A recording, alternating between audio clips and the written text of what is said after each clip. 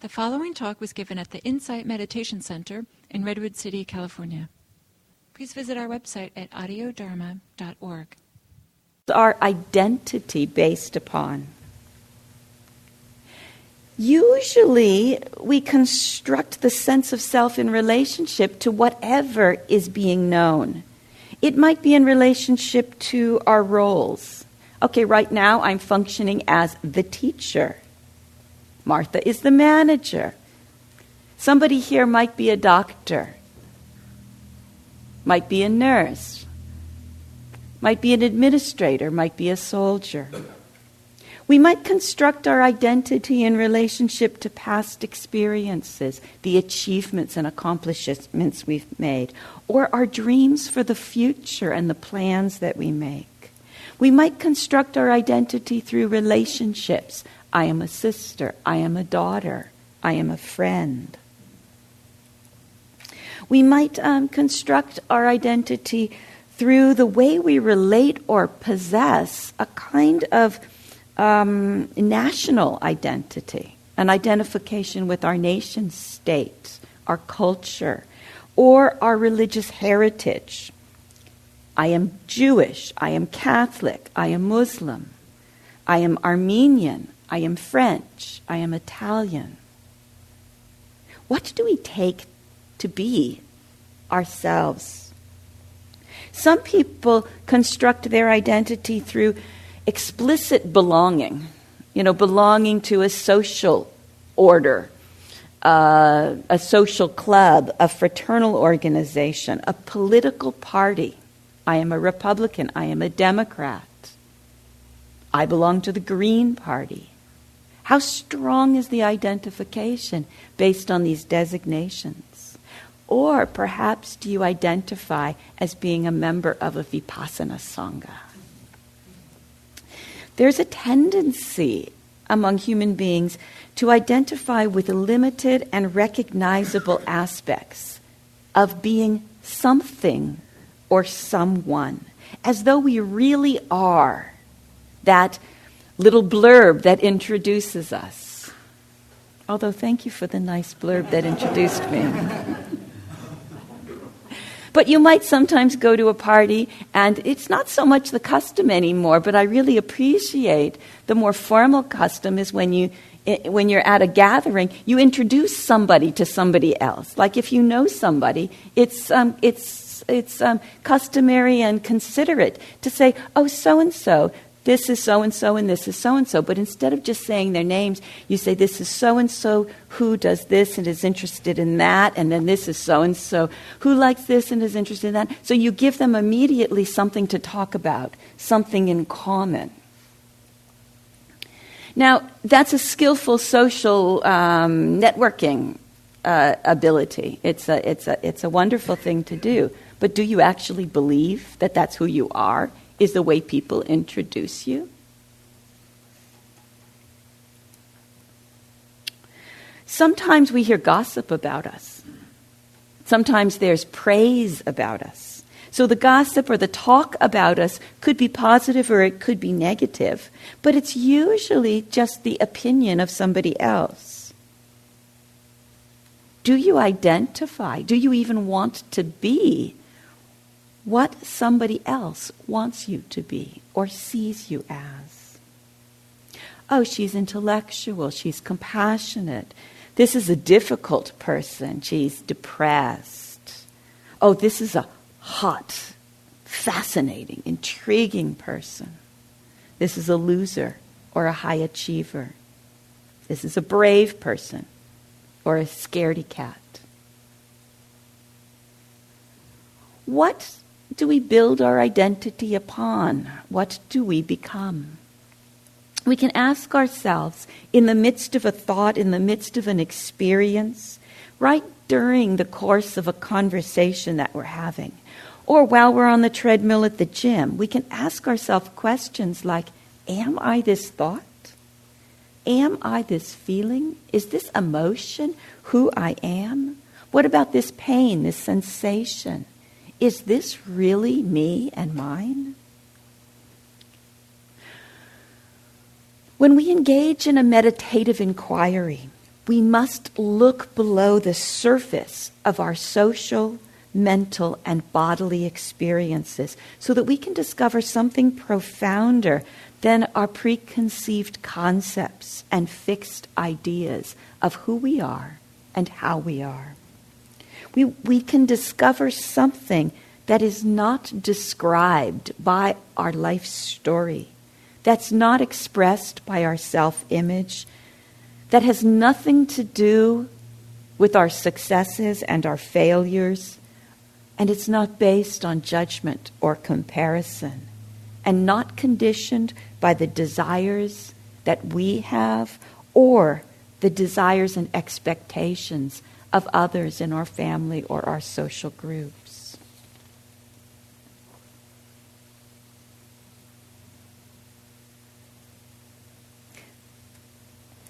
I don't know how many of you remember those old Monty Python movies. I was giving a talk about self some years ago, and a friend came up to me and said, "Do you remember that Monty Python movie?" And you might remember it. It was one where there was a party of explorers in the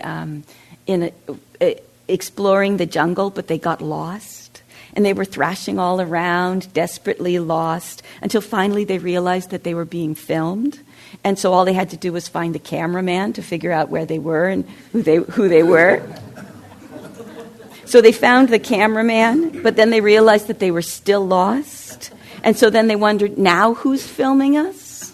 And so it went on in that kind of a never-ending loop until finally the police arrived on the scene and arrested them all for the crime of being too self-referential.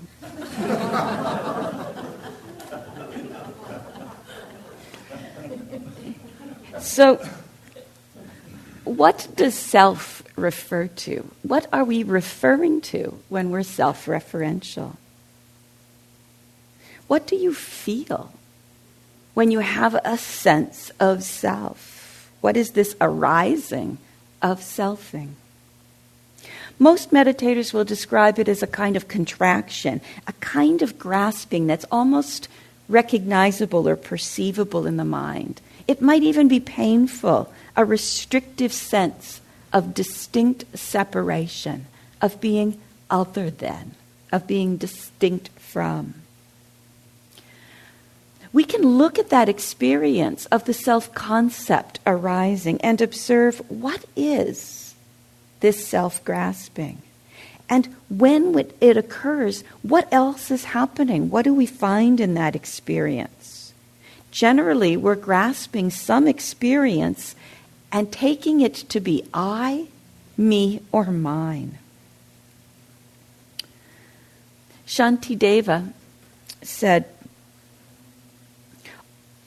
"As the cause of all suffering, I know only one cause, and that is clinging to the notion of self." He positions it as a kind of a root cause out of which all suffering arises. Now, in the classic Buddhist teachings, the Buddhist list 4 kinds of clinging, 4 kinds of attachment. Some of you might remember what these are. Clinging to sensory pleasures, clinging to views and opinions, clinging to observances, rites, and rituals, and clinging to the concept of self. When we cling to the concept of self, we identify with our feelings and our senses and any experience at all as my experience. My pain, my thoughts, my insight. This is happening to me. I am doing that. I want this. Not just worldly things, but meditative accomplishments we can also cling to and claim as our own and use as a basis for self-construction. I want the experience of concentration. I want to be enlightened.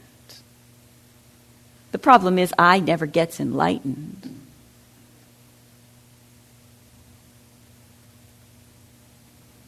Do you want to be the most mindful person? Has that thought ever arisen? Maybe you don't want to admit it, but maybe you're doing slow walking meditation. And you're really concentrated and the day is going really well. And everybody else, they get up and they just walk right by you. And there's this sense of pride. I am so mindful today. Look at me.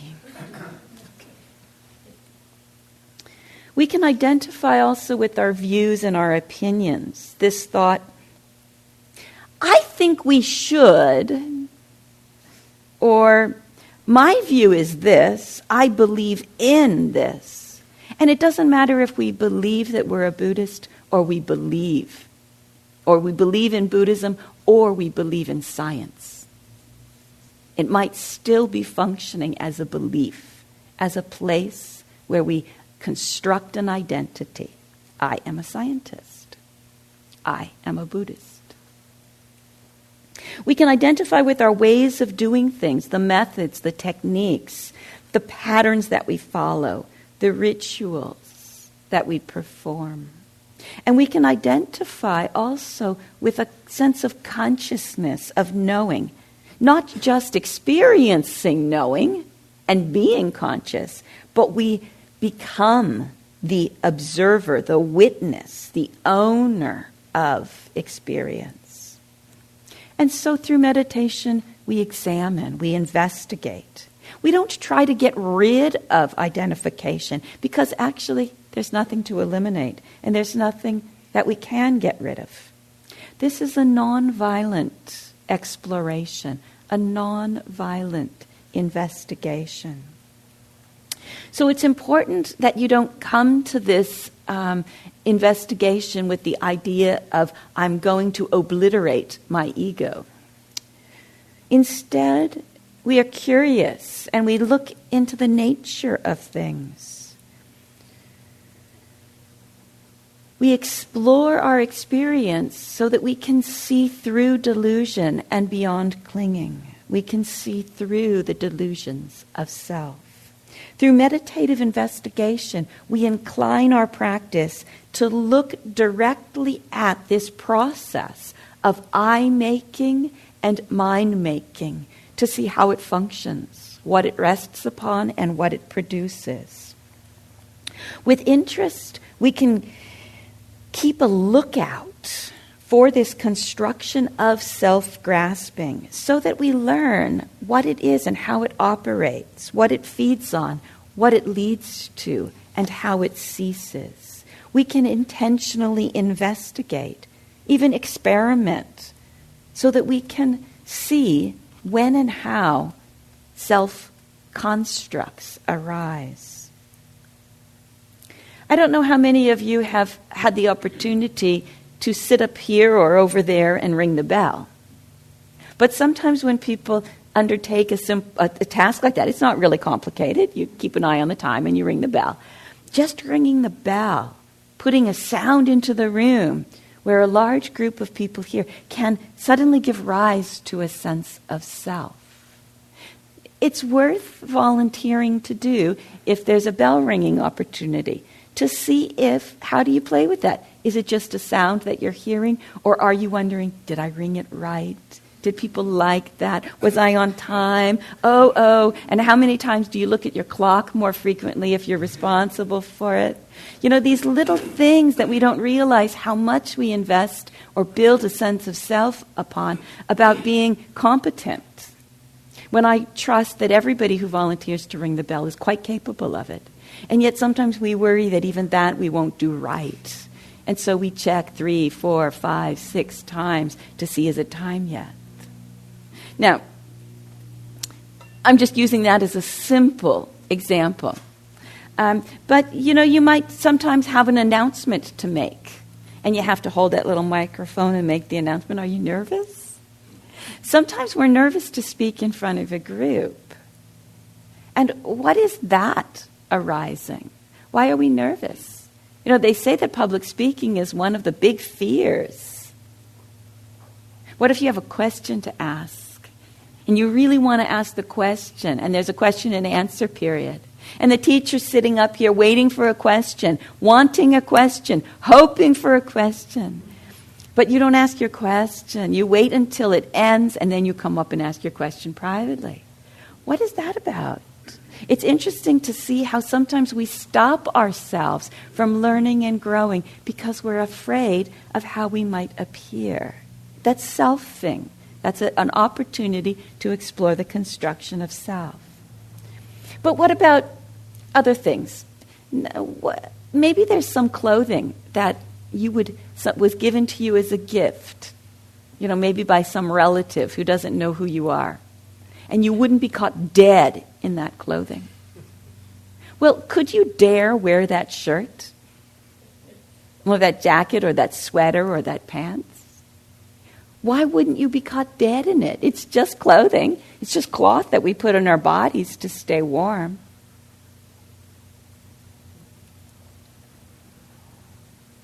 If you always sit on the floor, but you have a little pain, is it a little embarrassing for you to take the chair?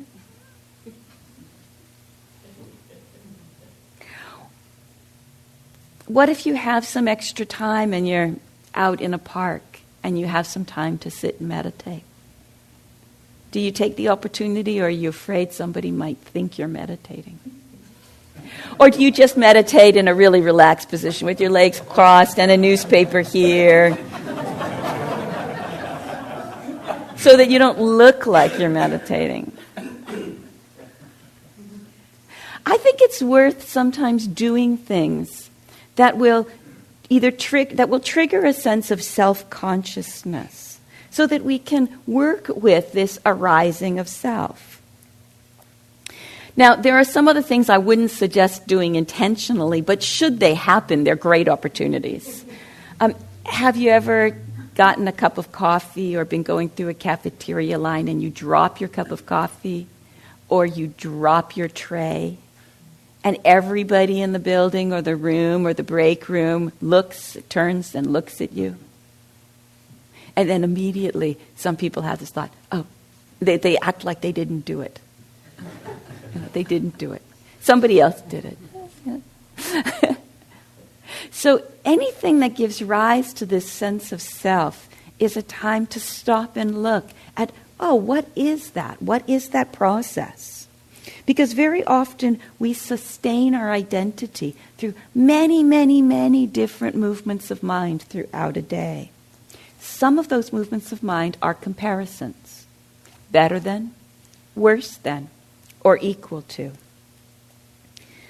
Even in the silence of a meditation retreat, comparisons can fester. I'm more concentrated than the person next to me who's just moved 6 times. Or, that person came into the meditation hall, was sitting before I came into the meditation hall, and they're sitting when I leave. I'll never learn to meditate. They're so much better than me. I'm so much worse. And you might be aware that I frequently teach retreats that develop a systematic stages of concentration, of deep absorption, called jhana. And I love these practices. They've made an enormous difference in deepening in my own practice, so I like to make them available to students. So every year I offer 10-day retreats to develop concentration and jhana. But I always say, and I truly mean it, and I probably say it in one way or another every day on the retreat, that it doesn't matter if somebody attains jhana, because what we're developing are meditative skills using that particular practice. And the conditions will actually only come together for some small portion of the people on any particular retreat. That's the nature of things, right? Conditions come together, they ripen in their own time. We don't sign up for a jhana retreat and expect that there's a guarantee to get jhana. There's no money back guarantee. Because the practice is to deepen concentration. It's not to attain any particular stage or state or temporary experience. It's just that the practices that are designed to attain those depths of concentration are brilliant practices that deepen samadhi, that will be useful in every aspect of our lives. And a few people will have the conditions come together on those retreats to experience something that they have never experienced before. Something so far beyond sensual pleasures that it is extraordinary. But what happens an awful lot with any system that has these signposts, first jhana, second jhana, third jhana, fourth jhana, is that people come to the retreat, they figure it's a 10-day retreat, there are 4 jhanas. Let's see, I'll take a day to warm up, that leaves 2 days for the first jhana, 2 days for the second jhana, 2 days for the third jhana, 2 days for the fourth jhana, and then I'll come out and integrate on the last day. And they have a plan. Well, guess what that leads to? Disappointment, of course. We have to be watchful of this desire to have specific steps to accomplish. Not that there's anything wrong with having a clear path, because the Dhamma, there are clear patterns in the development of meditation. Some teachers like to lay those out. And some teachers like to know them themselves and not lay them out. But what is the difference? Actually, the practice unfolds as it will in both modes. But if the student knows those steps, one has to be diligent to work with the expectation and the comparison. I am succeeding now because this signpost arose in my meditation practice. And I am failing now because it didn't.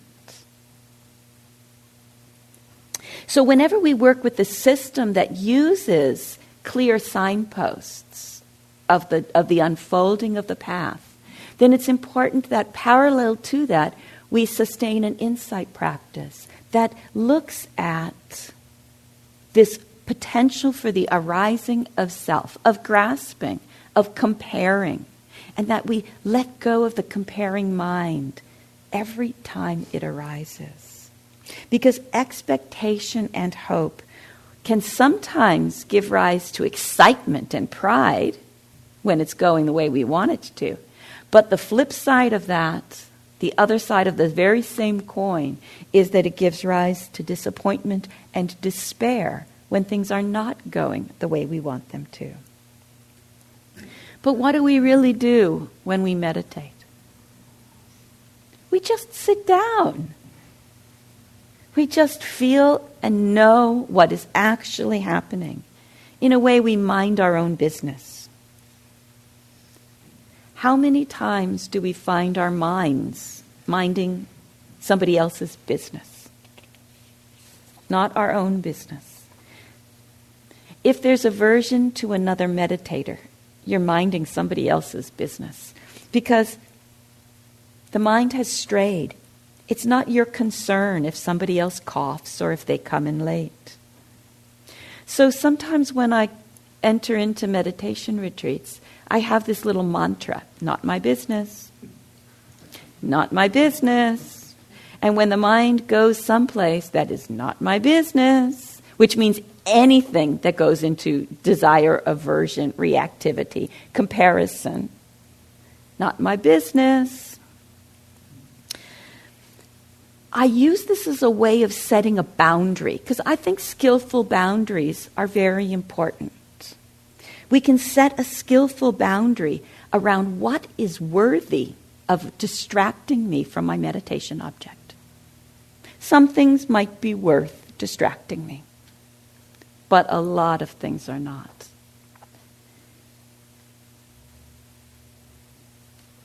Fire, the fire alarm might be.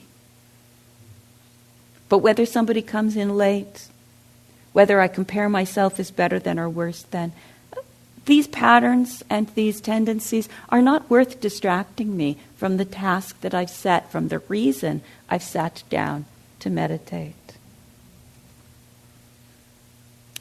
Now, sometimes when couples come on retreats, they have to work very diligently with the boundaries around their own minds, because we're sensitive especially to the moods and emotions and feelings and expressions people around us, but most especially to the people that we know and love and care about around us. And it can easily happen that one partner on a retreat starts to have an emotional experience and maybe is crying. And then there might be the thought by, say the husband is crying and the wife sees it and thinks, oh, I wonder if he's okay. I wonder what he's grieving about. Maybe he's dealing with the issues of the loss of his mother last year, or of maybe the goldfish that died 2 weeks ago, or maybe he's grieving the retirement that's coming up, the loss of an identity around work that's coming up next year. What's the grieving about? Oh no, maybe he's not sad. Maybe he's actually angry and he's thinking about divorcing. And so he's grieving. He's sad and he's angry about that loss. What's actually happening? And the wife, who's not having the emotional experience, is now having an emotional experience based upon fantasy, based upon projection and guessing. Sometimes if a partner sees an expression of anger on their partner's face, they immediately take it personally and think, oh, she's angry at me. What did I do? Or if there's some restlessness and anxiety that's pretty obvious in one's pattern, then there can be the thought, oh, he doesn't like this retreat, he wants to go home. And then the partner could do a lot of things to try to go home too. Things always happen when we identify with somebody in a context that we then respond to, but often we don't know what's actually going on or what's true. The fact is in real life we usually don't know too unless we ask. We really don't know. So we can watch this projection happen in the meditation. One of the things I also say is not my business is not only the things that the projections around other people, but also what's happening in my own practice. My duty when I sit down to meditate is to do the practice. It's not to make it work. I just do the practice. And it will unfold in its own time. It's not my job to try to make something happen. This is especially important in the development of concentration practices because there's a certain unfolding of the practice where, for example, if we're doing the jhana practice, we might start with the breath as the object, but then a mental what's called a counterpart sign or nimitta arises. Well, that has to develop in its own course. But some people know that should happen, and so they have ideas about how it should happen and what it should be like. And so they sit down and wanting it to happen, they try to construct it mentally. Have you ever found that you are ahead of your own experience? Planning what you're going to happen or conceiving of it? Sometimes we can almost convince ourselves that it's happened. And we have to almost look more accurately and more simply to say, what's really happening now? The problem with this is that it seems a little bit creative, but it's something of a wild goose chase because we just can't get ahead of ourselves. If we rest our experience upon projections or conceptions, then we're really falling away from what's actually happening in the present moment. But there's a deeply conditioned pattern to compare. I am this in relationship to that. I am me in relationship to you. I am short in relationship to my brother who's tall. I am liberal in relationship to a parent who's conservative. I am confident in contrast to somebody who is more hesitant. I am a worthwhile and important person because of my accomplishments. That's much of what's underneath this comparison. But are we really any of that? And can we say that we are that all the time? We can look at the economy and realize that it changes. Changes all the time. Our jobs might not be the same now as they were 20 years ago. Our assets might be different now than they were in the 1990s. If we rest our identity upon our financial status or our work role, then our identities will be rattled when those social conditions change. When numbers rise or fall, is your identity threatened? I assure you, you are not a number, not a big number or a small number. But what do we really have that is stable enough to possess? Is there anything that is stable enough to possess, that won't decay and collapse, that won't disappear and change? Can you think of anything? Just recall all the sensations you've had. They're changing, right? The emotions you've had, they're changing. The thoughts that you've had, they're changing. The experiences that you've had, they're changing. The possessions that you've owned or lost, changing.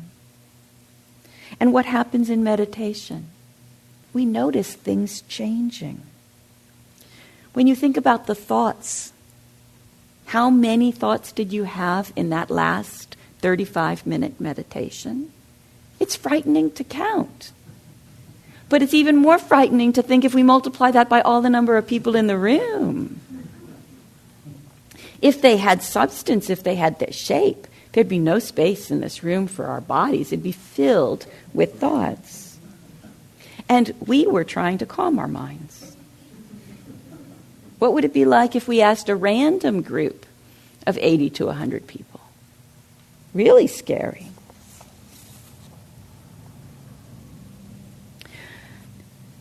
This is actually one of the most important insights that meditators have about their own thoughts, because it's about thoughts.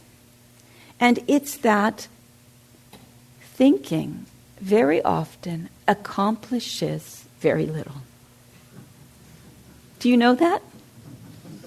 Have you had that insight?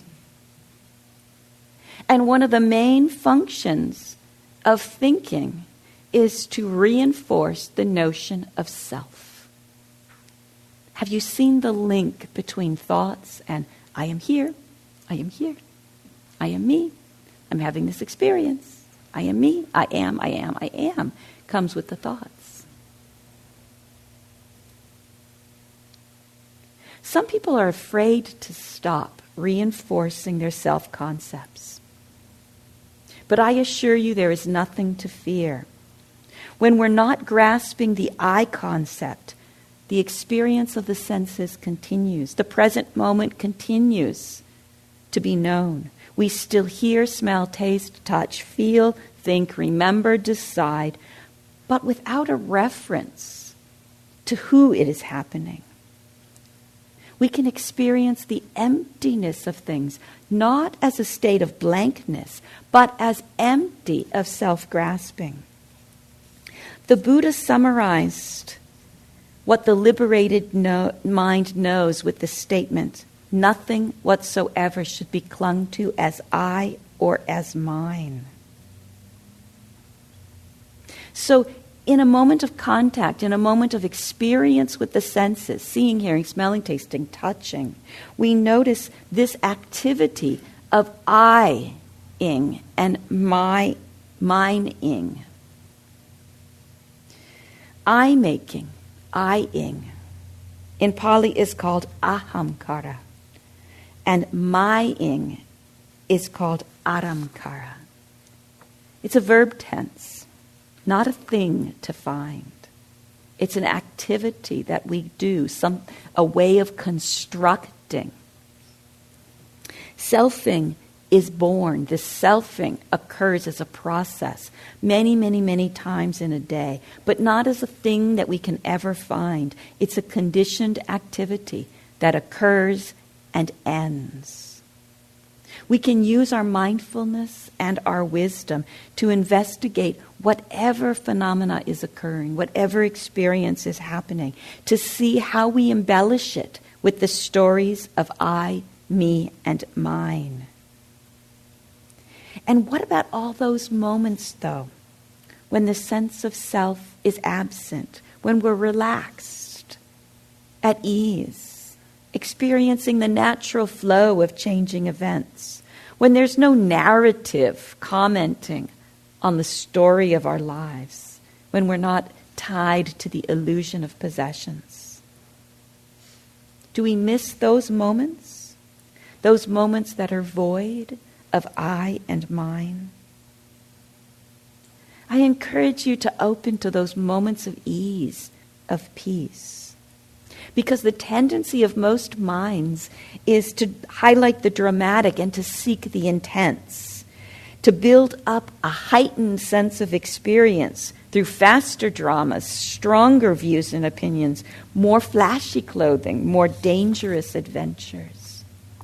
And so I ask you, will the ordinary, will the simple clarity of non-attachment, of ease, of peace, of not self, satisfy you?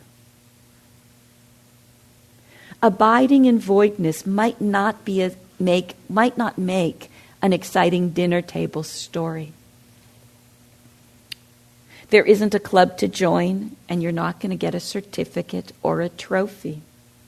There's no awards plaque for enlightened people to hang above your desk or above your meditation cushion.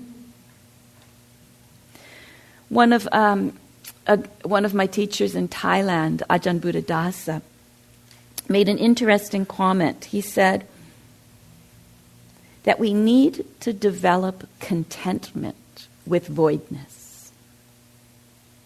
And so you might consider, will nothing be enough for you?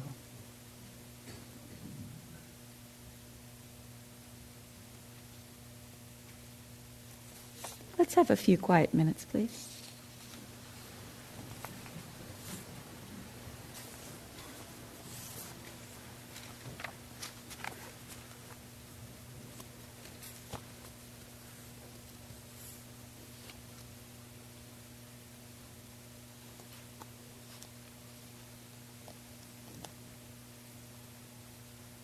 Is nothing enough for you?